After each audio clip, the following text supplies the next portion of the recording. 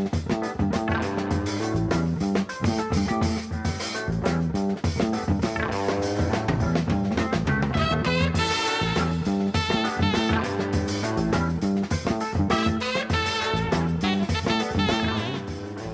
DuMont back at the Museum of Broadcast Communications in our brand new studio, the Paul and Angel Harvey studio. And also we're working out of the Art LeBeau control room and just a couple of other historic moments. This brand new set of ours was donated many years ago to the museum by WGN Radio. And this is the studio, and I am sitting where the legendary Radio Hall of Fame member Wally Phillips sat in this chair. Bob Collins sat in this chair. Spike O'Dell, Extension 720 with the late Milt Rosenberg, also used this studio. So this is a very memorable studio in the history of Chicago radio. But again, the funding for much of it came from Paul and Angel Harvey, and Art LeBeau provided the support from the control room. So again, all together, we're making this available for the where we do this program from, and we're also making it available for radio stations around the country. So if there are affiliates listening to this program this evening that would like to originate their show from Chicago at some point, certainly not on Sunday night between 6 and 8, but do let us know if you'd like to bring the show to Chicago.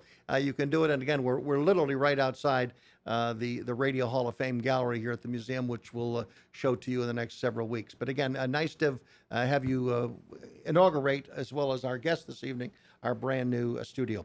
I want to talk about Iran. I mean, how can you not get to it when there's been discussions and alleged plans of 125,000 troops, which the president says is way too many, too few rather.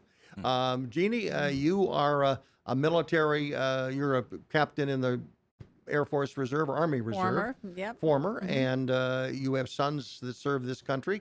And my reaction to you, or my question to you is, where do you come down on Iran? I mean, you want to rattle the sabers think, or not? Obviously, the first goal is deterrence, and that's a show of force. And so that's the first step that President Trump is taking, and I think that's the appropriate step. He's going to that region. He doesn't want another Benghazi, so he's pulled out some of the ambassadorial staff out of Iraq. I think that's appropriate too. They from what I've read, have real solid intelligence that Iran is up to something. And maybe not them specifically, but the satellites that they actually, fund and give weapons to. So I think deterrence is obviously the first goal of the Trump administration, and that anybody who says that he's leading us right into the path of a ground war, I think that's hyperbolic at this point. Michael Bauer, what's your reaction to the president's I've said this before. comments? First, I think the objective of our policy toward Iran should be regime change. Okay. We should be doing everything possible to have the Iranian people oust the mullahs from their theocratic regime.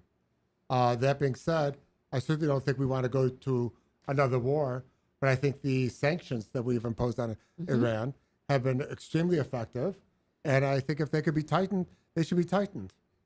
Chris Roebling. Barack Obama actually imposed some pretty serious sanctions on Iran, and then they came to the table and he relented. And it was a senator from Illinois, Mark Kirk at the time, himself a United States Navy Reserve officer, said, no, we've got to tighten those sanctions, just like Mike Bauer is saying tonight. And that's exactly right. And that's exactly what President Trump has done. And the issue in the Middle East is, without a doubt, the single most important security issue in the Middle East is the ongoing kleptocracy. I mean, these people are miscreants. They are abusing. If it is not my place to say, as a Christian, it appears to me that they are abusing their religious offices, and there's a lot of evidence to support that. And they've got some very well-armed thugs who have also benefited from Barack Obama's fiscal largesse, in the Iranian Revolutionary Guard Corps. And so we've got a malefactor in the middle between our friends in the Gulf and our friend India, and we need to I think, get them to different behavior. And if that ends up in regime change, hallelujah. That's right, but it's not something that that we are going to exact on our own. This is something that we've got to call in the Saudi Arabia, Right. or Israel. They've Saudi got to all be Arabia, part. Saudi They all have to Arabia. be part of this solution. man. This is not something that we're Right. going to do on our own. Who has Iran invaded? Who is Iran threatening? Okay, Syria, Iraq, No, they haven't invaded. Lebanon. They've been I'm invited. sorry. They've been Salim, invited by Assad. Salim, they've They invaded. fund them. They've Iran invaded is the only Gaza. country in the Let region. one finish that, Iran is the only Salim. country in the region that has not Yemen. invaded any other country. That is just the Houthis, utterly false. The Houthis are a Shia. That's why Iran is protecting them, because of the I'm sorry. imperialism of the Saudis. The Iranians have the shipped Sunni chauvinists arms. who One at a are time. creating ISIS. I'm sorry. And the whole Islamic revolution that we are the Islamist revolution that we all apparently are alarmed about. That's a Sunni production. No, what we're alarmed about is Iran them is getting a trying to nuclear stop weapon. them. That's what we're alarmed Iran about. is the only force that has been able to attenuate the march of ISIS. I'm sorry. That's why That's ISIS is not out true. of Syria My right friend, now. you got this. Okay, now, Come on, Chris man. Robles, My I friend, want you to got back to you. you got this What entirely wrong. What is Iran? Go- What go- are they Iran- threatening, man? Iran is threatening access to the Red Sea as it is threatening access to the Persian Gulf. Iran has in place. When have they? They're doing so right. Why are they after Yemen? They don't care about Yemen for No Yemen. other- There's They ca- almost always a No small other little. of our allies agree with you. Japan that's not says true. Iran I'm is sorry, a When that's they're not going, true. factor. there's always You're- a scare you when they said go no through the good. Straits of Hormuz. Come on. Let me Always tell you a scare. that Why don't I they, go- The folks, warmongering Americans are really incredible. this is not No, we're not warmongering. warmongering. We're trying Nobody to- is. It is, man. I'm the last person who's going to be a warmonger. Yeah, We thought Trump was that as well, but apparently he's changed his mind. No, but you are looking but he at. said, hold on. I want- but the president said he hopes not when asked about whether there was going to be a war. He says, I hope not. The way to Now, he's avoid got- war is he to may- show strength now, so that they're not man. going to take steps that would lead to war. And I'll tell you, The they only have country that they hasn't have invaded disrupted. anyone is Iran. Salim, they have disrupted without a doubt. They are busy disrupting Afghanistan. They have disrupted Pakistan. They have disrupted Iraq. Sunni. They have disrupted You're Syria. mixing things up here, no, my I'm friend. not. I'm You not don't- mixing you're things up. unaware of the When you get off, sectarian hold on a differences. second. One at a When you- time, I'm one at a sorry. time. I You're spent unaware a of the lot. sectarian I've differences, made and 30. that's Excuse grievous. me one second. That's a grievous mistake on I your have part. made 30 trips to the Middle East in the past 7 years, and I've got friends who are Shia and I've got friends who are Sunni, and I'm not mixing those things Okay, up. all right. I am telling you that when you get your bags inspected at the Beirut airport, Mm-hmm. they are being inspected by Hamas personnel who work and are paid Beirut, for you mean by Hezbollah. Iran. You mean Hezbollah. I'm sorry, Hezbollah. Thank you. And when you are talking about Libya, the Libyan situation has been destabilized by Iran. Iran is a principal malefactor, and they are Who the dedicated Sunnis? to. Who are these Sunni chauvinists? Who are the Wahhabis? What is the Wahhabi underlying principle that is driving ISIS? Have you identified that? I think that Is that there's a irrelevant? bit. There is well, I don't think that Saudi Arabia is invading Syria Yes, and Lebanon, Yemen. and Yeah, Gaza. and- No, I don't think. I think Saudi Arabia is defending itself Oh, from come in Yemen. Yemeni. And I think that it's a very tough situation for our ally. I have been at the Riyadh airport when our technology has been shooting We've down got to pause. rockets shot by 1-800-723-8289. Iran. 1-800-723-8289 is the phone number. Back with more Protecting themselves. The heated Houthis. conversation in a moment.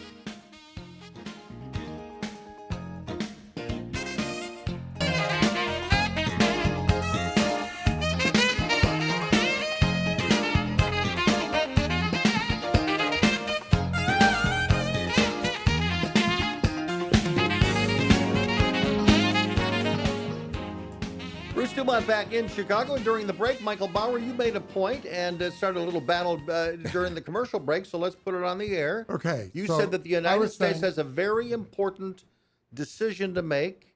What is that decision? And the issue in the Middle East is who would we rather get into bed with, the Saudis or the Iranians? Recognizing that neither one is frankly a good player, neither one is a positive player. So the question is not who is the better of the two, but who is the less worse of the two.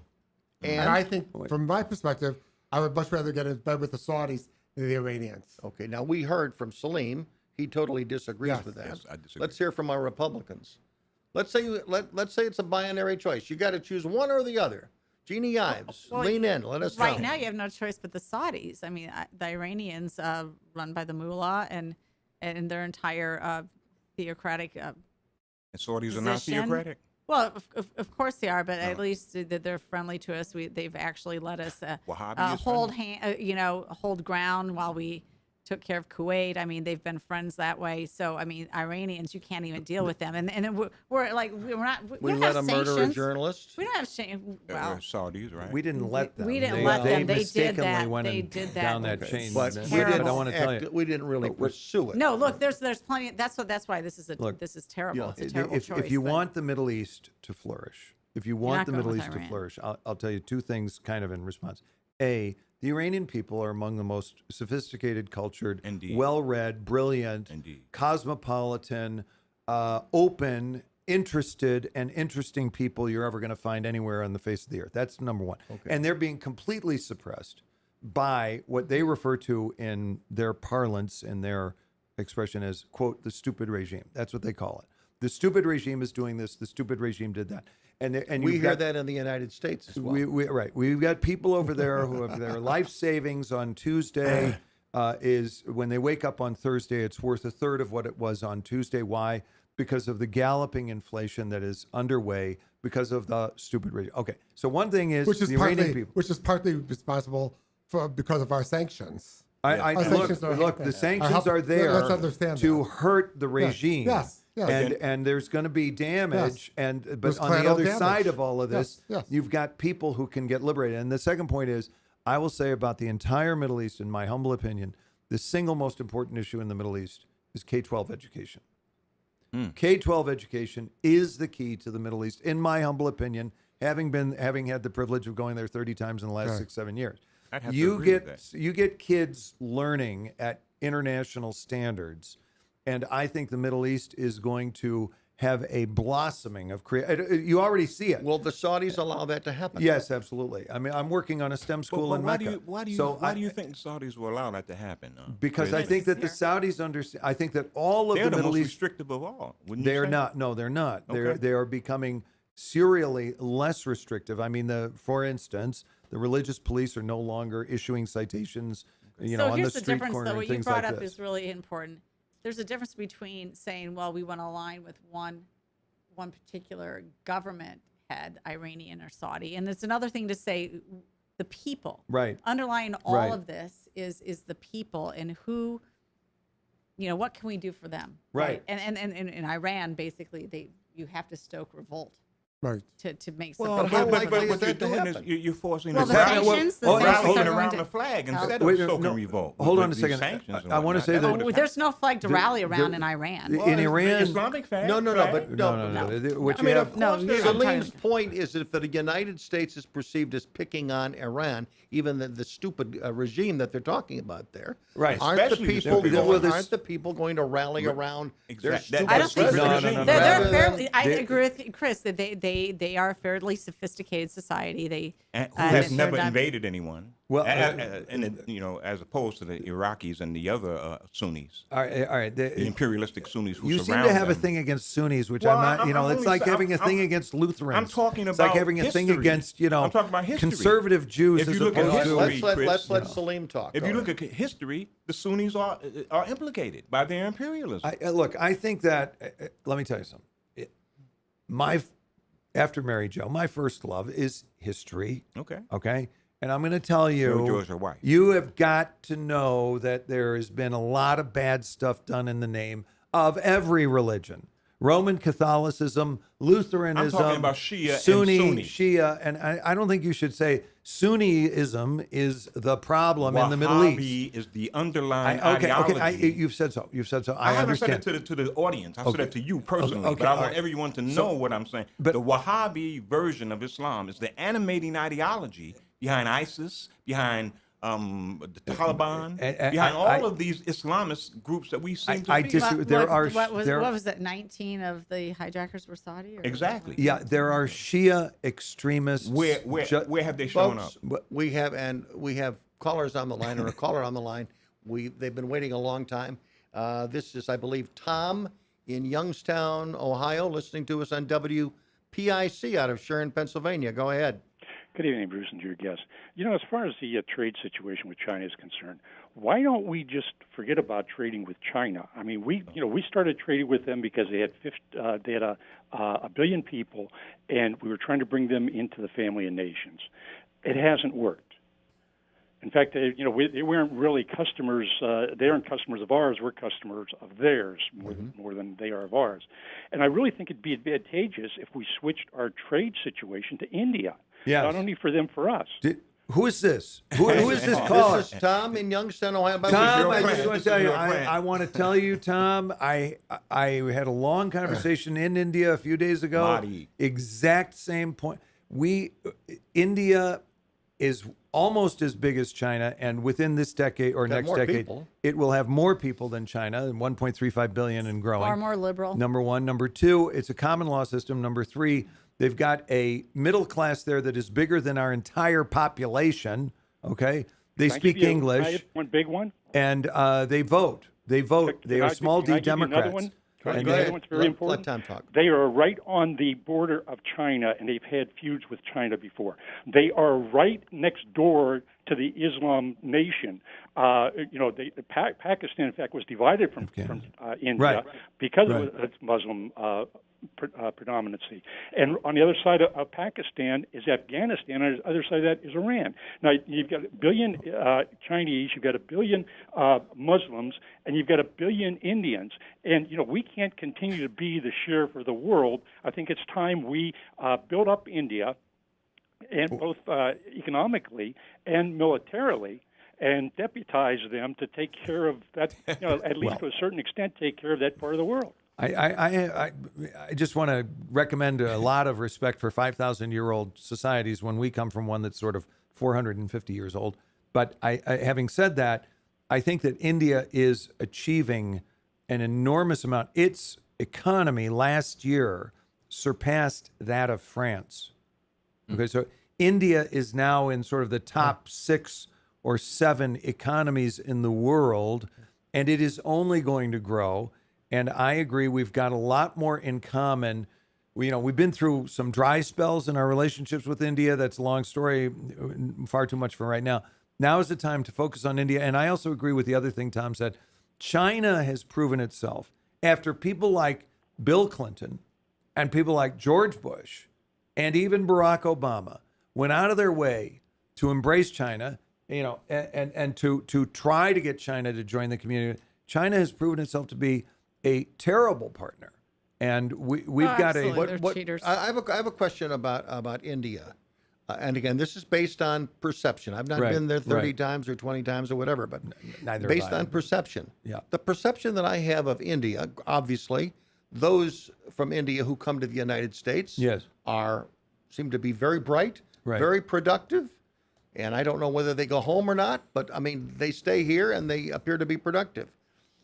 But with everything that India has going for them, why is there so much poverty? Why is the perception of the country is you've got water you can't drink, people are living on top of each other, and it's a cesspool of existence. That's my impression of what India is. Okay. Am I wrong? I think that India is a very big story. It's a very big country. It's enormous physically. It's enormous in population. When I say that they've got a middle class bigger than our entire population in the United States, remember that there's another billion people behind that middle class that they've got to worry about and try to find a way to take care of. Are they doing anything for those people? Oh, I think the Modi government. The Modi government is. It would seem to me, and I'm very privileged to be a part, and I've got a visa, so I want to be respectful here. The Modi government is, I would say, something of a mixed blessing. Modi has given in on some of the religious issues, and he has sort of promoted the religious dimension in ways that have caused some people to wonder if Gandhi's view of a secular India is going to survive. It won't I survive. believe that it will. There are other people who believe that it won't. But in any case, So do you think it goes the way of Turkey is what you're saying? I think that Erdogan there is are similar to Modi. I think there are parallels between Erdogan and Modi, but I think Modi and his people are much more reasonable than Erdogan has proven to be. But I think that in terms of your big question about poverty, the economy there is growing rapidly. And I think that is what they have to do to eradicate poverty, which has been endemic for, as I say, 5,000 years. Yeah. Can I Celine? point out something else? Oh, Any no, thought? no. Tom's talking. Tom's still talking. Oh, Tom, yeah, go ahead, Tom. Okay, now it's my understanding they had a caste system there, and I don't know if it still in existence or not, but we're talking about helping out the poor. Those jobs that went to China were jobs we didn't want because of the fact that, they were low-skilled jobs, that sort of thing. So it would probably help their India's poor out, and, then, as you say, their middle classes there, they probably wouldn't want those jobs anyway. Tom, So we got to it'd be a pause. win-win. Tom, you bring up a good point. We'll continue the conversation. Thank you for your call. We will roll on from Chicago in our new studios. Don't go away. Wow. India.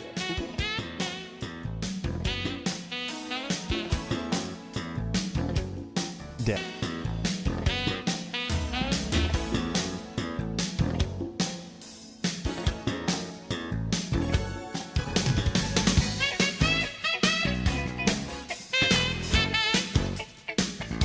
Not saying you yourself personally. Bruce but- DuMont back in Chicago. And Chris Roblin, continue with your point. You're making a point about Joe Biden and the problems that you see the Democrats making.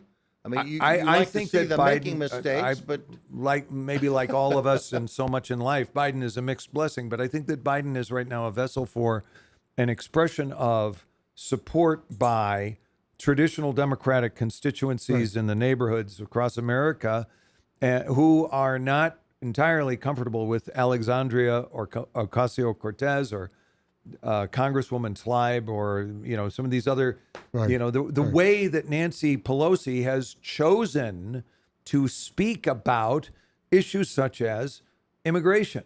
And when she will not meet with the family members, the mothers of these individuals who've been killed by the El Salvadoran street gang that is now basically operating with impunity throughout a lot of the eastern United States because of, I hate to say this, our own immigration policies. Right. When right. she is denying that, she's denying those moms an audience, then I think people in the Democratic Party, self-selected, are saying, I think this Joe Biden guy, he reminds me of what we used to be like. okay. But how do you, Michael, though, honestly, as a Jew, as somebody who is in charge of the Holocaust Museum here in Chicago, how do you square what you know with some of the Democrats at the national level and what they're doing to support Palestine and Hamas? And, I mean, how do you handle Ilhan Omar? and all Listen, them? I have been very outspoken about my feelings about Ilhan Omar, Rashida Tlaib, Alexandria Ocasio-Cortez. I think there is a battle raging in the Democratic Party, frankly, for the soul of the Democratic Party over the issue of Israel. Mm-hmm. I know some people think that is a battle already lost. I tend to think we're talking about a handful of backbenchers, but it is a growing issue within the Democratic Party. But from my perspective, I don't want to see the Democratic Party go the way of Jeremy Corbyn's Labour Party in England. Right. So I think this is a battle that needs to be fought. Right. All right, I want to, since I'm looking at two Democrats Yes. who I think are going to disagree on this Okay. issue, let's talk about, Salim, I know you have strong feelings about the three Democrats referenced by Michael Bauer. I don't think I there's think any- you see them in a different light. Well, I don't think there's any. I think it's conflating the issue to talk about the Holocaust and then talk about Gaza or the Palestinians. These are two completely different issues, and to try to connect them in some sort of anti-Semitic tandem, I think is almost intellectually dishonest.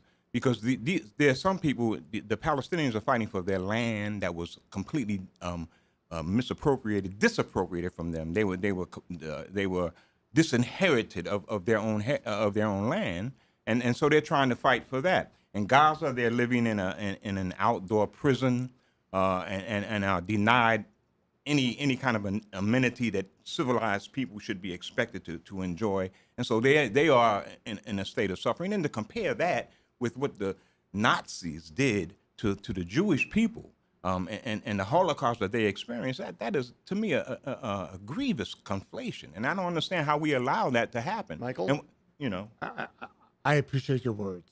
I think you're absolutely right. I think there is an issue between Israel and the Palestinians that needs to be resolved. But when I hear people trying to compare this or some other issue to the Holocaust, frankly, I just think, do people not understand what unimaginable horrors occurred 75 years ago? I mean, we had a mayoral race in Chicago where the campaign manager, one of the candidates, posted on Twitter a picture of Nazi guards on trial in Nuremberg and said they were following orders just like one of the mayoral candidates was following orders. And I, frankly, went berserk at this and not only texted the campaign manager, but I texted the candidate. I said, this is just unconscionable to try to devalue the Holocaust like that. Yay, Michael Bauer. yeah, I Let me agree. tell But- you, but- John McDermott lives on. Where does the future of that debate within the Democratic Party go? Because every time one of these three representatives, primarily the representative to lead from Well, I think a lot of Michigan, people spoke up for her. Yes. The last time there was a general. but every outpouring time she says anything, she's by the a right lightning wing, rod. by the right wing, But the national media picks it up because do they just want the battle? They want the fight. they want the. Well, it's good for ratings, number one. But the real problem is, between the Israelis and the Palestinians, there has to be a political will on each side to want to come up with a peace arrangement. And I personally don't think the political will exists on either side, because I think each side has convinced itself that there could be a one-state solution where it takes over the entire land between the Mediterranean Sea and the Jordan River. And that is not, from my perspective, a practical or feasible You solution. still support a two-state solution? Yeah, absolutely. Since so- we met, I want to get everybody's reaction. Since Facebook several weeks ago, they banned Minister Louis Farrakhan. They banned Alex Jones, Right. and several others. on the Milo right. or whatever. Milo his name is. Yiannopoulos. Ira Yeah. Giannopoulos. So my question to you is, do you support that? Should people, no matter how offensive their comments might be, should they be banned from Facebook? Jeannie? It's a private company. You can choose to use Facebook or not. So how we regulate it in the future is interesting. However, a ban, I mean, you're delving into who do you let go to your restaurant or not? In a way, right? Is everybody welcome to the restaurant that you have open for business, or is this a private club? I mean, I don't know where that stands. What do you think, So- Michael? Well, I tend to see this a little differently. I was delighted by Facebook's actions. I think hate speech leads to hate action. And there's a direct correlation between the speech and the action. And people who are out and out bigots of any sort, whether they're anti-Semites, whether they're racists, whether they're Islamophobic, whether they're xenophobic, if the rhetoric gets to a certain level, I don't think they have the right to free speech. How does So how do we, wait, how do we, wait, who do we wait, determine wait. what is Yeah, how hate does- speech? Yes. Wait. And additionally here, the answer to hate speech is more speech. Well, And I to I some understand. degree, I mean, I've heard that a great do deal. believe that. But if Twitter had existed in the 1930s, could you imagine what the Nazis could have done with Twitter and with Facebook and Instagram? Well, So that scares me, and I will tell you, I mean, But I I don't have know friends when you- all the time getting banned for getting put in jail, Facebook jail all the time for comments or words that come up, and they don't even know why. It could be the abortion issue, could be whatever. What it's is a thorny hate dilemma. speech? It really is. I mean, you look at Rwanda, for example. There was a proliferation of hate speech before that genocide. Right, Sure. right. Yes. And a You lot of are people, right. and a Yes. lot of Right. people are saying, well, that inflamed tensions Yes. in ways That's that right. were unnecessary. And so I think you have to be careful about that. But at the same time, you also have to understand the need for expression, and that contrary speech is sometimes the best. Just- So the the best here just- you just- have to take action when the action occurs, though. That's the thing is, I think that the problem here is that there's sometimes a disconnect of getting the perpetrator once a criminal act actually occurs. That should be prosecuted immediately, taken care of, and everybody should know that that's how it's going to be handled in the future. And so if we had, I mean, look, there's no place that's more lawless than Chicago right now with the whole Jussie Smollett stuff. I mean, it's serious lawlessness, and that's why you're maybe a little bit iffy about we need to knock down the hate speech because you're worried that it creates an action and that action isn't ever prosecuted. Look, if we have rule of law, we prosecute these actions, and then Chris Robles. you're halfway there. You want to weigh in? I don't believe that Facebook or Mr. Zuckerberg is equipped to regulate speech. Right. And I think that speech is vital for democracy. I also think it's a social utility. I think that Facebook and the internet are social utilities now. And I think that they are, therefore, public accommodations. Okay. And so I think that, we ought to view with great skepticism, in my humble opinion, efforts, what I consider to be a sort of authoritarian efforts to sort of Facebook, parentheses, whoever the heck Facebook is or are, end parentheses, say Smith here can no longer speak to people, or Jones here can no longer, because they're going to do that to Farrakhan today. None of us like Farrakhan. None of us like Alex like him. Jones. Okay, you might like him, I kinda like him. but okay, many people don't like Farrakhan. I don't think Milo Yiannopoulos deserves to be banned. I think he's a agent provocateur. I think he's Right. sort of a wit and whatever. I've seen him on TV a few times. But anyway, who the heck is Facebook? But look to at make Alex these Jones. But decisions. I want to go. I'm going to go to Salim though. The best thing here is Your com- competition, though. If you don't like what Facebook's doing, start your own Facebook, Well, alternative. they but felt your, under but your pressure. point about Farrakhan. They Make felt your under point about pressure. Farrakhan. They felt under pressure to do, especially since what happened in New Zealand, and it was broadcast live. Right. They were under extreme pressure to take some sort of action. Right. It's a bit ironic that the action they took was banning a Muslim, and it will provoke. What provoked them was an assault against Muslims. But that's an irony that we can discuss at another time. I think that Farrakhan is a nuanced situation. Most black people love Farrakhan. The least thing that they are concerned about is his so-called anti-Semitic teachings, and they are concerned. So-called? Come on. Oh, They're not that's- so-called. They are anti-Semitic. Come on. I mean, Salim. he does. Let us just he says acknowledge- When we come back, I want to pick up on that. I also want to get Michael's reaction. I want to get picked up on your assessment, analysis of Minister Louis Farrakhan. I'm Bruce DuMont. Thanks for joining us tonight.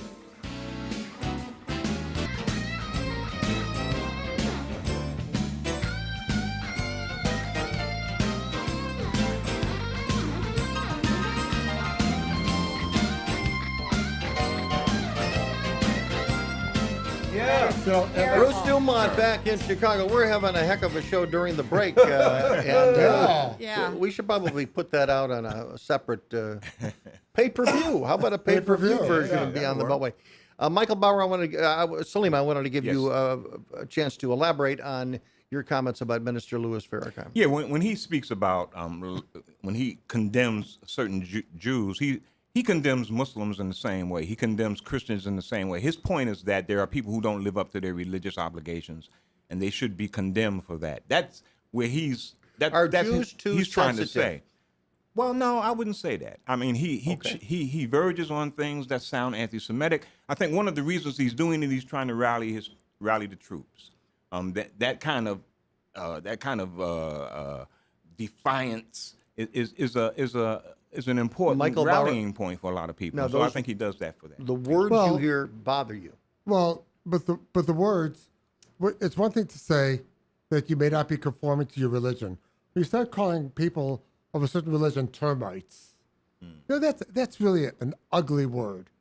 All right? And the problem is, it doesn't stop with that. The problem is what it may lead to. Because for someone like me, whose parents are Holocaust survivors, I've heard that language before. Yes, sir. And I saw what it led to. Well, that's the language that they had in Rwanda and Burundi. That's true. I mean, it was a similar language, and it was on a radio station. And to his everlasting credit, President Clinton pretty much wiped out that radio station. So do we not do we not have any shame anymore in this country? Well, you know, is there is there no shame anymore? Do we not expose Yeah. what's been- being said? There's been no give the historical there's context been no about evidence of the Farrakhan's followers doing anything anti-Semitic. Yeah, No look, attacks on Jews. That's Okay. absolutely true. It's just There's the been language. no attacks on any kind of Jewish at some establishment. point- Nothing at all. Nor breaking the law. Nor breaking the law. Nothing. at some point, though, how you are treated in the public sphere, how you are looked at in the public sphere, should have some impact on folks like that. And it just doesn't anymore. It feels like anything goes. Michael, I think I asked you this question a couple of months ago on this Okay. program. Is there a right to dislike Jews? Yes. Okay. Yes. Where do you separate that from when does that right, which you think people have, Yes. when does that become a borderline concern for that affects you insofar as what some of that rhetoric might lead to? If someone doesn't want to associate with me because I'm Jewish, that's their prerogative. However, if someone wants to publicly denounce not just me, but the entire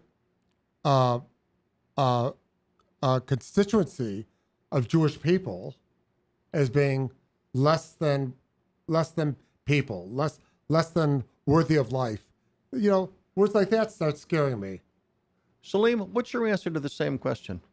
People who don't like black. why? Does everybody have to like blacks? No, I would ask, why don't people like Jews? What's the reason for it? Is there some religious bigotry behind it or some religious motivation? Or why don't people like African Americans? I mean, I can come up with my Jealousy own. could be one for Jews. It There could could be a be- lot of people who are jealous of It could very well be. Another reason is that there's just, a lot of people say anti-Semitism is the longest historical bigotry that existed in the history of mankind. right.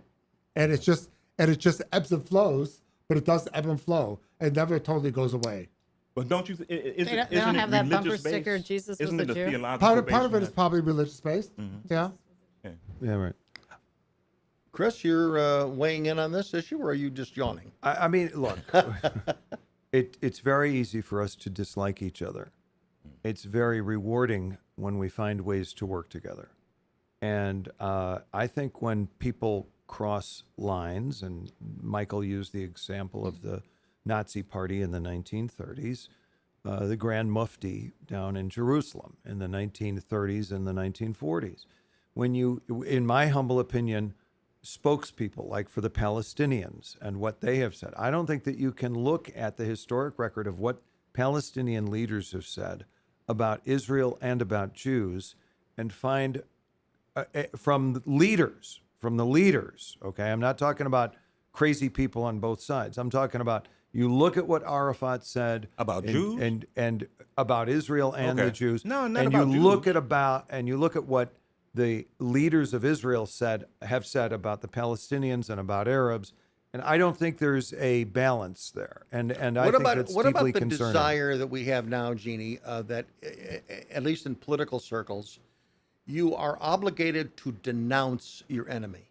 Right. You've got to denounce them. You can't just say forget about them. I mean, their language. I mean, there's people. I mean, denouncing Donald Trump. Donald Trump could say anything call it tomorrow, the and there will be culture. a group that will demand that somebody denounce him. Usually a Republican. You got to stand up and denounce them. No, I mean that it's just foolish. It's political pandering at its worst. And honestly, this entire last bit of this conversation we've had, the average American wants to know, make sure their kids are educated, the roads are working well, that they know in Illinois at least the property taxes are too high. They want to make sure their kids have a job. They're worried about health care, and they don't walk around actually thinking that whatever Farrakhan said, on some site But see, but look, is bothering them. That's But a lot of it's black just people not are afraid happening that to the their cops majority are of going to shoot people. them. Right. They're afraid that the Right. cops are going to shoot That them. They have no is not statistical true. basis. They And have no there's no that is and not they true. are There's No, no and basis. so what's you look happening at in the Chicago poverty instead? of Wait a the minute, community. though. Wait a minute. What's I happening wanna in Chicago say- You look at instead? the poverty The of cops black go to community make an and arrest. Hold on. is Wait, very the cops appealing go to people. make an arrest, and it becomes a mob Very scene, and they appealing have to to people who back are off. victimized by That's poverty. what's Salim, happening. the That is problem- the problem, though. That's the generations problem. stretching It's back to lawlessness. slavery. The That problem in the poverty black has been community is compounded. young Jussie black. Smollett, Can I explain please that say one. something? Jussie Smollett, Young what? young black Jussie men Smollett do? killing other young black Because men. of look, That poverty is is the criminogenic. issue. Poverty is criminogenic. You look anywhere on the planet. Yeah, because where the people are in unionized poverty, The Tutoring first force. way they to are combat inordinately poverty criminal. is with a So what you job. have to do is So step erase one, the get legacy of jobs. slavery that has restricted black people from any kind of participation in this economy for centuries, man. We'll be back next You week. know that. Talk amongst yourselves. I don't understand why. I have a hard time understanding how you can simply ignore that. I really do. That's Because what's it's unfair amazing what to you're me. saying. Huh? Because what you're saying is actually